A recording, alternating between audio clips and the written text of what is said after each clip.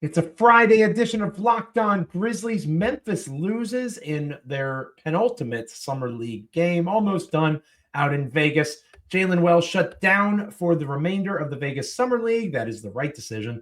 Plus, revisiting our Locked On Top 100, Zach Edey, Kentavious, Caldwell-Pope, who rounds out our top 7, and how many Grizzlies are going to make the top 100 when all is said and done. We'll talk about that and more on this episode of Locked On Grizzlies. Let's lock in.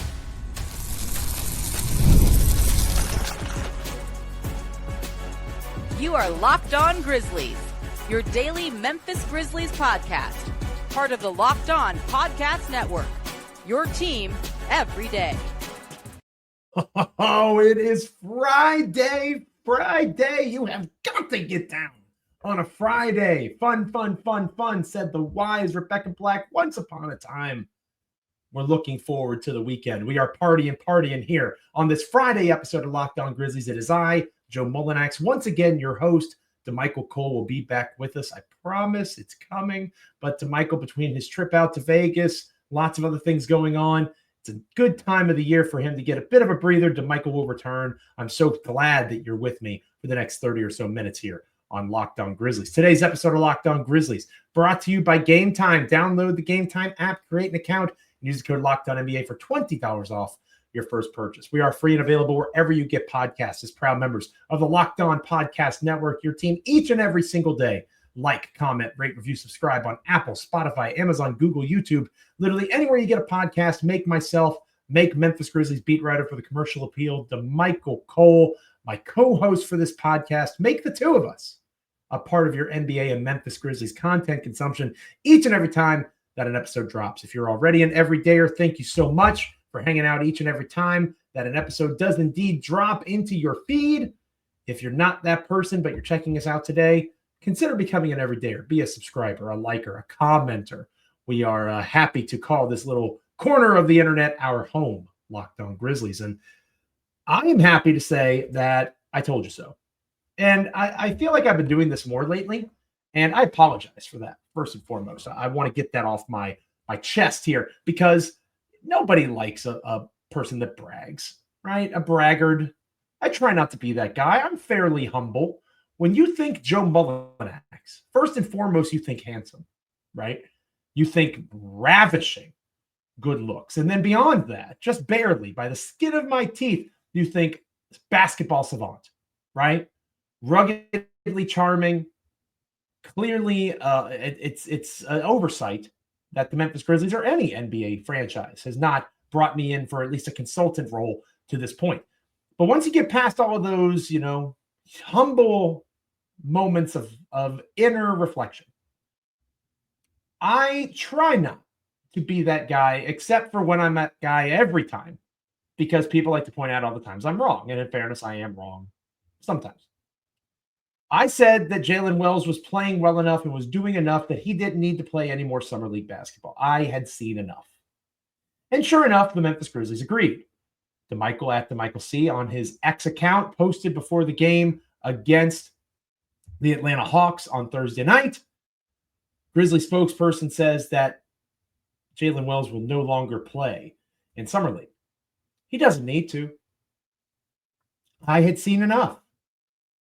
Maybe you hadn't seen enough, dear listener, dear viewer, but I had seen enough. I had seen enough from Jaylen Wells in terms of what the Grizzlies need for him to be when he's playing next to Ja Morant and Jaren Jackson Jr., two guys that we talked a lot about on yesterday's show. Two guys we'll talk about more towards the end of this program today. Jaylen Wells is going to be a starter on this team. And Jaylen Wells is going to be a significant contributor to this team on both ends of the floor. Why risk that in a meaningless, and I do want to stress, meaningless Summer League basketball game? It was meaningless. Does it suck that the Grizzlies lost 92-88? Yeah, I guess. You want the team to win. Is it a bummer that the Grizzlies aren't going to be going to the playoffs or whatever it's called for Summer League? I guess. It was cool that they made the finals last year. I'm not going to act like it wasn't cool. All right, it was. But it's also nowhere near the end of the world that Memphis has one more game coming up in the next day or two. And then that's it. I'm okay with that. And you should be too. First off, Summer League is way too long. Secondly, Summer League is borderline meaningless. And especially once you have players that have cemented themselves as too good for Summer League, get them out of Dodge. Now, if you watched the Summer League game on Thursday, you would understand why G.G. Jackson is still playing. Because G.G. Jackson in his current form is not too good for Summer League. Guess who had 0 assists again? G.G. Jackson. 0 assists for G.G. Jackson in 24 minutes of play. Meshack had 4 assists. Javon Small had 5 assists. Cam Spencer had 2 assists. 0 assists for G.G. Jackson.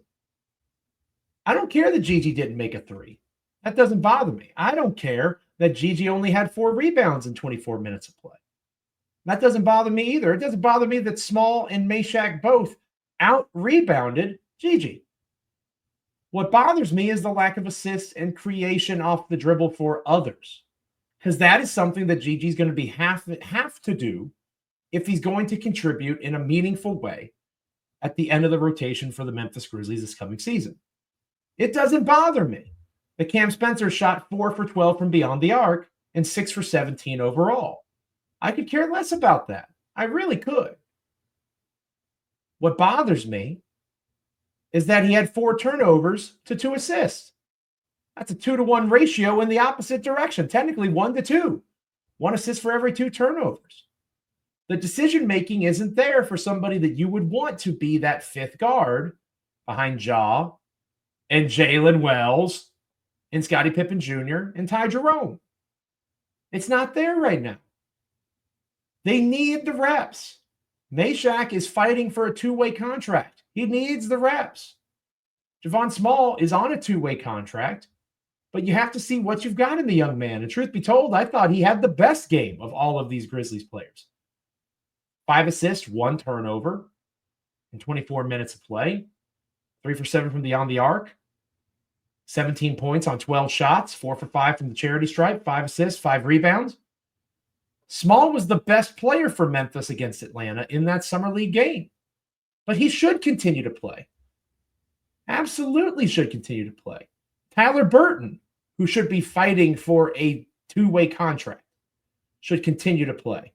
And the remainder of the Grizzlies roster should continue to play, because to a variety of levels, they're all still trying to prove something, or at least maximize as much as you can in the meaningless rep that is a Summer League exhibition game.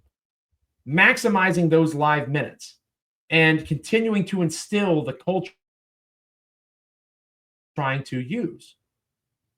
That all makes all the sense in the world, and I support it. Jaylen Wells already does all those things. I don't need Jaylen Wells out there trying to run the point, because that's not what he's going to do for the Memphis Grizzlies. That's why Ty Jerome exists. That's why Scottie Pippen Jr. exists. I don't need Jaylen Wells going out there trying to score 30 points a night, just trying to be a bucket. In theory, that's why G.G. Jackson exists, right? DeMichael talks about that all the time. We know that G.G. can score. We've seen it time and again. Even in his young NBA career, we know he has that skill set. Haven't seen G.G. create offense for himself and others off the dribble consistently enough, especially for others. We're not seeing it enough now. That's concerning. He's shown flashes in this Summer League, and that's a positive. But you want to see more than just flashes, which is why you should keep playing. You'd love to see Cam Spencer continue to get that run. Jaylen Wells doesn't need that run. Jaylen Wells knows who he is within this Grizzlies organization. He understands the assignment. And Jaylen Wells is going to be a meaningful contributor. Even if he's not a starter, he will be. But even if you're one of those people that thinks he shouldn't be, okay, he's the 6th man now.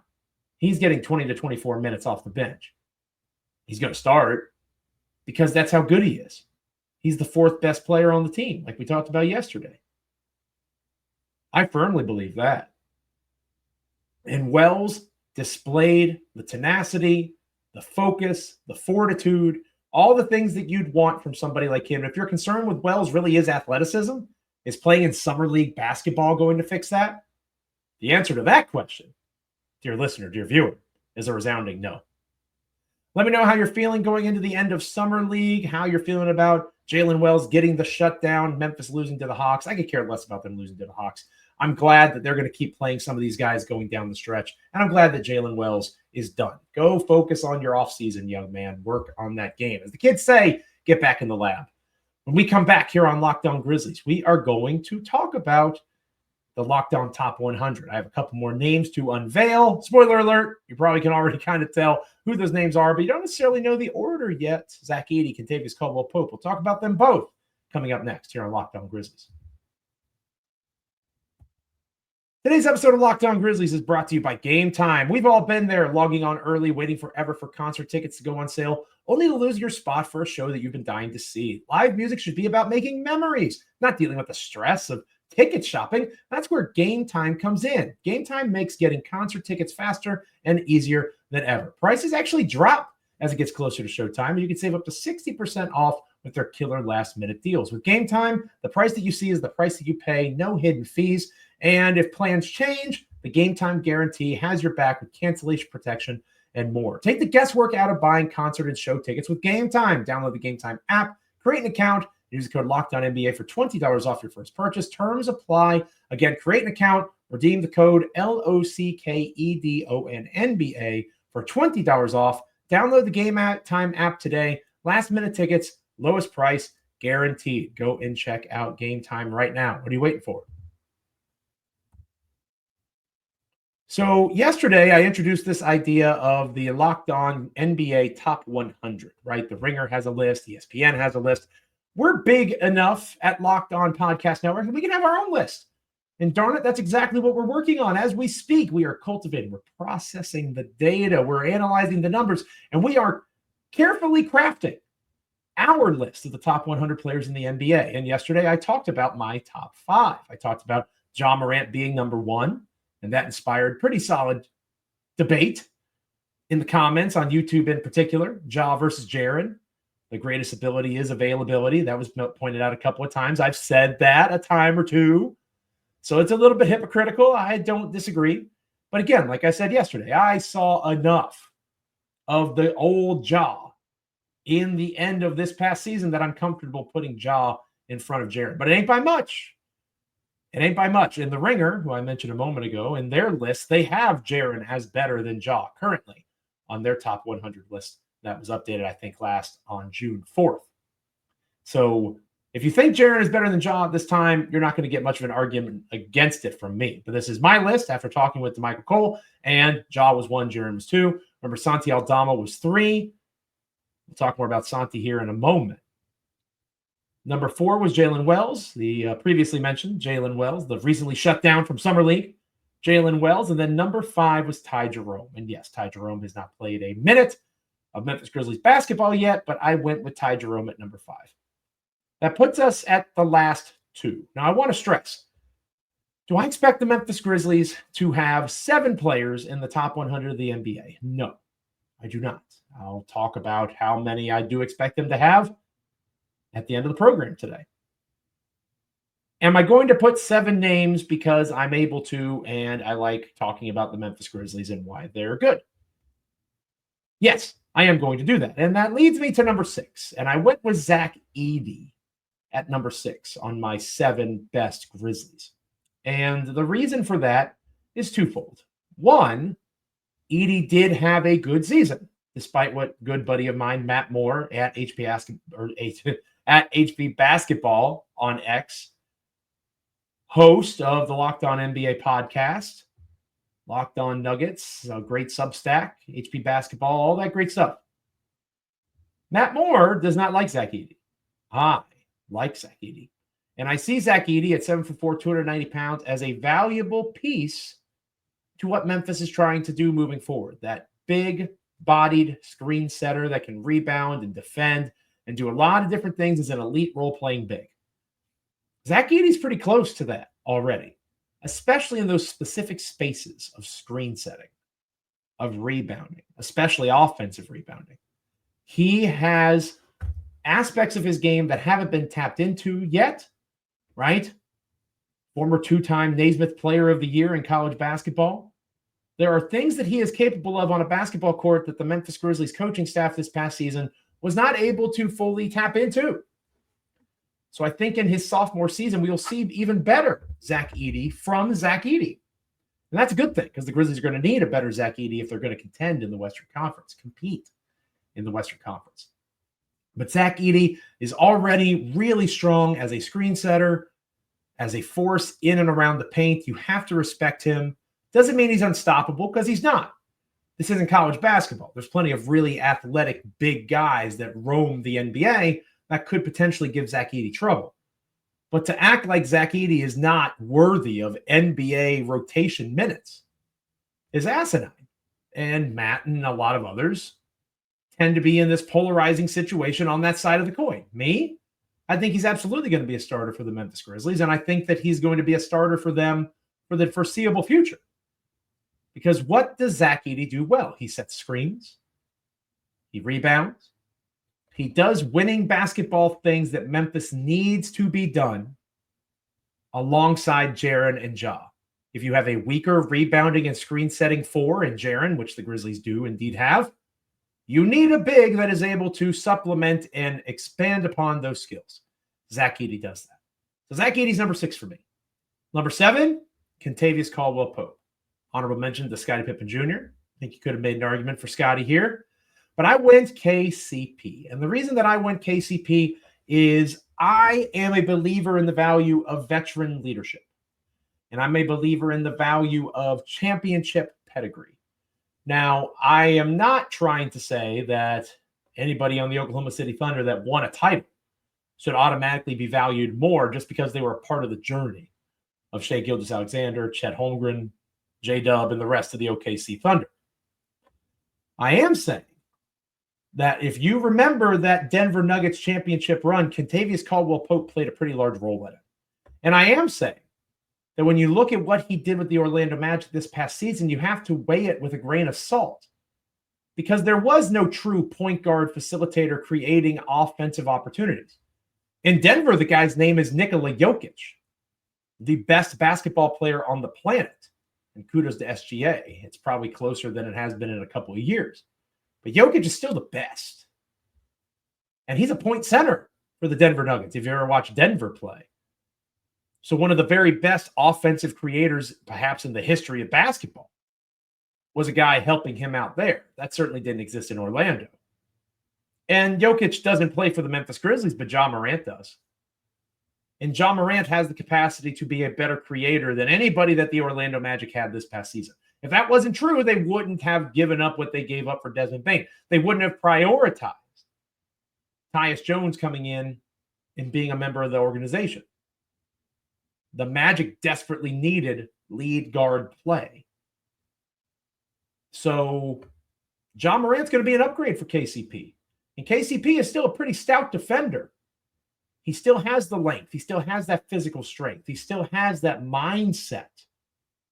And he has the experience to be a valuable mentor, perhaps not to Ja Morant or Jaren Jackson Jr., but sure as heck to Jaylen Wells, sure as heck to Cedric Coward, sure as heck to Gigi Jackson, Vince Williams Jr., these other younger Memphis Grizzlies wings and players that are going to be counted on at some point, whether it is this season or whether it is seasons down the road when Kentavious Caldwell-Pope may no longer be donning the blue of Beale Street.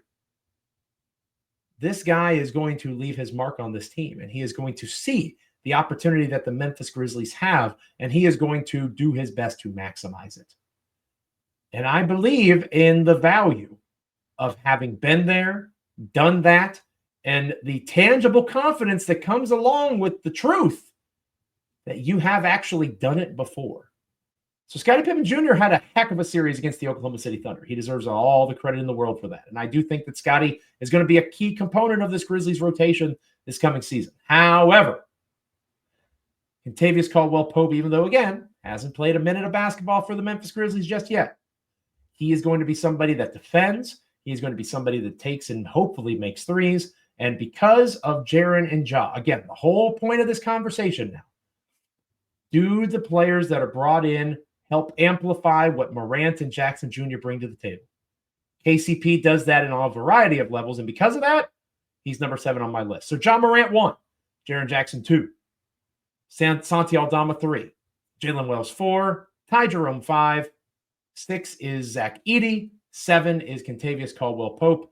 Those are the 7 names that we here at Locked On Grizzlies have submitted for consideration from our colleagues over at Locked On NBA. But will Memphis get all of those names actually on the list? Certainly not. How many will make the list? I tackle that question to close out our Friday episode of Locked On Grizzlies. Stick around.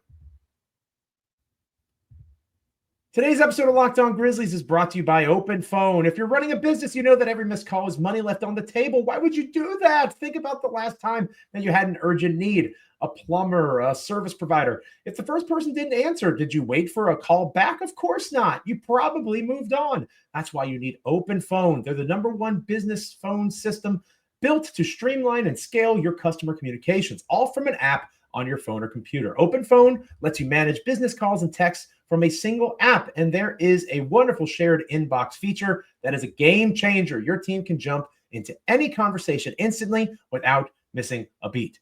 OpenPhone is offering our listeners here at Locked On Grizzlies 20% off your first 6 months at openphone.com/LockedOnNBA. That's OpenPhone.com/LockedOnNBA. And if you have existing numbers with another service, OpenPhone will port them over at no extra charge. OpenPhone, no missed calls, no missed customers. Closing out today's episode of Locked On Grizzlies on this Friday. Got to get that on a Friday. I have 7 names that I've submitted. Morant, Jackson Jr., Aldama, Wells, Jerome, Edey, Caldwell-Pope.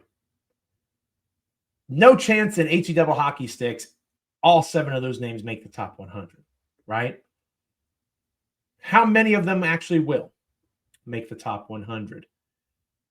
It's going to sound like a cop-out because it's the easiest answer, but it's the truth. It's going to be 2. It's going to be John Morant and it's going to be Jaren Jackson Jr. Now, what order will those 2 be in? I've given my argument. And it seems like a majority of you in the comments, at least on YouTube, agree with me that John Morant should be ranked in front of Jaren Jackson Jr. But I'm fascinated to see how my colleagues, our colleagues, alongside DeMichael Cole, how they perceive the Ja versus Jaren debate, because Jaren is the player that was most recently in the mix for all NBA honors. John Morant was not that guy. Jaren Jackson Jr. is the guy that just signed a almost max contract deal. Ja Morant has been in and out of the limelight over the last couple of seasons for a variety of reasons. So nationally, I think there's a decent chance that Jaren Jackson Jr. will get more love from our voting panels than Ja Morant. That's short-sighted, as I've talked about. Ja Morant, when he's on the court, when he's available, he is the guy for the Memphis Grizzlies. If he's not able to be that guy, no disrespect to Jaren Jackson Jr., nothing else matters. Ja Morant has to be the one that is stirring the drink. Jaren as a Robin number 2, totally on board with. And he's paid like that because he should be. Ja Morant has to be your superstar if the Grizzlies are going to be a playoff team. If Santi Aldama is number 3, is Santi Aldama better than Dylan Brooks? Probably not. Is Santi Aldama better than Mitchell Robinson of the New York Knicks? Probably not. Is Santi Aldama better than Bradley Beal, the Los Angeles Clippers now?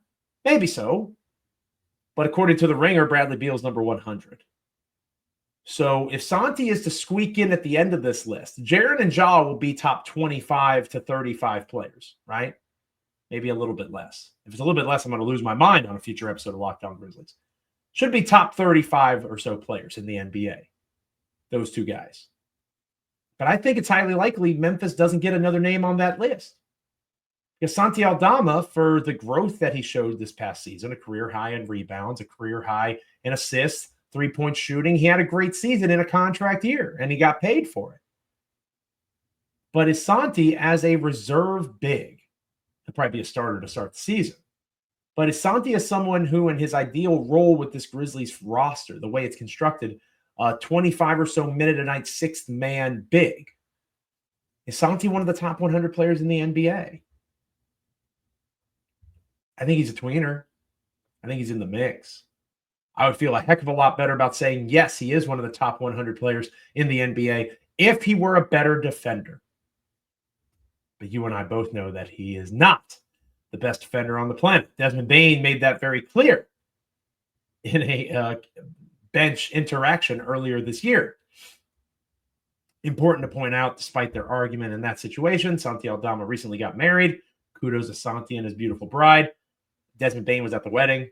So they're friends. Everything's fine. People get heated and argue in competitive environments all the time, right? But Santi is not the best defender. And to be honest with you, I would not classify Santi as a tryhard. We've called Desmond Bane a tryhard. We even called Luke Kennard a tryhard. Would you say Santi Aldama is a tryhard defensively? I wouldn't. Is he a tryhard in terms of rebounds? Yeah. Compared to Jaren Jackson Jr., absolutely. Is Santi a tryhard offensively? Yes. And I think that what makes him a tweener in this conversation of being a top 100 player in the league is that offensive versatility at his size. He is a 3-level scorer at 6'11". You don't have a ton of that in the NBA. You have more of it than you've ever had, but there's still not a ton of it. So you heard Detroit and other teams potentially being interested in Santi if Memphis was not going to re-sign him or didn't want to bring him back. Obviously, the Grizzlies did. They prioritized that. That was something that was a focus of the Grizzlies because they understand what Santi brings to the table, especially offensively. Opposing franchises see it too. So is it possible that Santi, if this was the top 125 players in the NBA, would Santi be on that list? Probably. But this is top 100. And I think that Santi Aldama is going to be on the outside looking in. I would love to be wrong about that because I love Santi Aldama. And I think that he has a skill set that Memphis desperately needs. Him and Ty Jerome on the same court together is going to give me defensive nightmares in a bad way and offensive nightmares in a good way. I think they're going to provide a lot of challenges for opposing teams. But is Santi's defensive liability enough to keep him off of our top 100 list when it comes out later on this summer? Probably so. So I think you're going to have Jaren. I think you're going to have Ja. You're going to have 2 representatives of the Memphis Grizzlies on this list. What the order is for those 2 and where they fall, I'm sure we will talk about more on a future edition of Locked On Grizzlies. Thank you so much for being with me on this installment of Locked On Grizzlies. It is much appreciated. The next time that we're all together, it will be Monday. Summer League will have mercifully ended, and I will talk about an overall 40,000-foot view of the Summer League experience, watching this team, Tuomas Isalo as a head coach, and look ahead to what comes next, what these guys need to specifically work on in their games as the offseason fully engulfs the National Basketball Association. That'll be our Monday edition of Locked On Grizzlies. Make sure that you are with us. Make sure you are liking, commenting, rating, reviewing, subscribing wherever you get podcasts. We're proud members of the Locked On Podcast Network, your team each and every single day. And speaking of being a part of the Locked On Podcast Network, your team every day, we at Locked On Grizzlies, your first listen, hopefully every day. Your second listen, it needs to be a Locked On NBA podcast where there is no off season. Matt, Doug, and Hayes keep you up to date on contract negotiations, rumors, and everything that you need to be the most informed NBA fan. Find Locked On NBA on YouTube or wherever you listen to podcasts. Thank you for making this a really successful week or two for us here on Locked On Grizzlies. Thanks for being an everydayer.